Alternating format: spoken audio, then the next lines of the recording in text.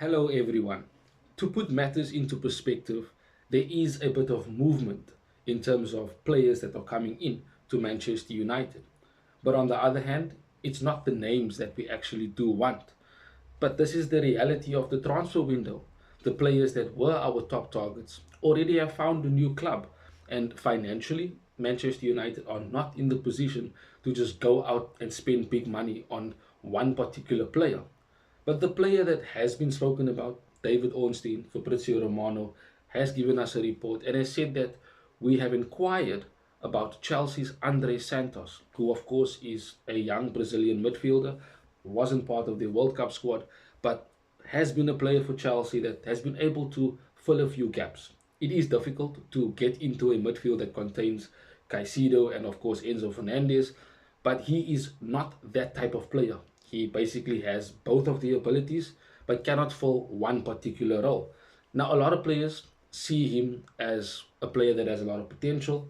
The journalists, the reports, the media all speak about a player that has been a good bench player for Chelsea last season. But it was his first season in England, and that does take a lot of pressure. That does mean that he has to certainly adjust to time zones, he has to adjust to weather, the speed of football in England. So these are all things that played a factor in the season that he had. Now, if you look at the data, he's the most closest player in terms of ability and in terms of talent than that of Chouameni. Now, yes, Chouameni still has to be the dream target. If there's an opportunity for us to get him from Real Madrid, we surely must do everything in our power to make it happen. But with us already having Edison coming in, who still needs to have his medical now that Brazil is out, that certainly will mean that one midfielder is sorted. But if you bring in Andrey Santos, that doesn't mean that your midfield is sorted. He certainly will be looked as the third choice midfielder in terms of how we are wanting to play. And yes, he most likely can play alongside Kobe Mainu, but that is a very, very young midfield. There isn't much experience there, especially in the Champions League. So you have to look to bring in someone that can come in and start immediately.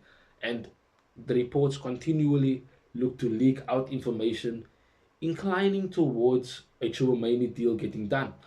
But that is few and far between. But still, hope is what hope is. We will continue to have hope until the transfer window closes. But Andre Santos, a player in himself, can come in, can make an impact, hasn't gotten as much game time as he thought he would get at Chelsea. But again, it's the price that is important. Chelsea value him at 50 million. They obviously will want more than that. But we have to work it out here. When we signed Mason Mount, we spent 60 million plus for him.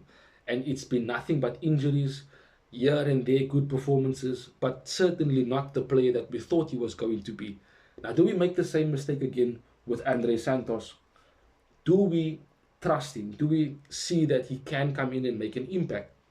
We have to back the players that Ineos sign. We have to also understand that Michael Carrick has a say in the players that he wants. And it has been reported by David Ornstein that we have to now move further down the pecking order. And unfortunately, in terms of levels, in terms of talents, Andre Santos is no Chouameni, he's no Elliot Anderson, he's not a Mateus Fernandez or a Sandro Tonali. He is much further down that. And the likes of João Gomez from Wolves is certainly a much better player than him. Also Brazilian, but again, has more experience in the Premier League because he's played here longer. But Andre Santos in himself certainly does want to have more game time. And it's not to say he won't get it at United. I mean, we're competing on four fronts next season and there will be lots of games to be played. So if we do sign him, it's only the fee that is going to be the factor. We can't be spending so much money on a player that will come in and be part of the squad, not starting immediately and being an integral part of the team. We need to look at this very, very smartly. Andre Santos, for me, is a player that has potential. I think he can become a world class player if given the time, if given the development. But certainly, at the moment, you can arguably say that he's not the best midfielder out there. But he is and has Premier League experience. He has shown that he can compete against other Premier League midfields. And he's had good performances. He scored goals, he's had assists, and you see the way he moves in terms of his defensive nous. He certainly knows where to be in terms of position. He's very good in the tackle. He's very good in one-on-one situations. Reads the game quite well. but it's the ability with the ball is what Manchester United are looking at. He's very good at playing those break line passes, very, very good at controlling the tempo of a game, and he certainly has an eye for a forward pass in order to break a defense down that can help in terms of playing from deep. And having someone like him who can easily get the ball from the defense, lay it off to a Mainu, try and find Bruno maybe by breaking a line, playing a long pass maybe over the top. These things can be done because Andrey Santos has that in his locker. It's just the trust factor.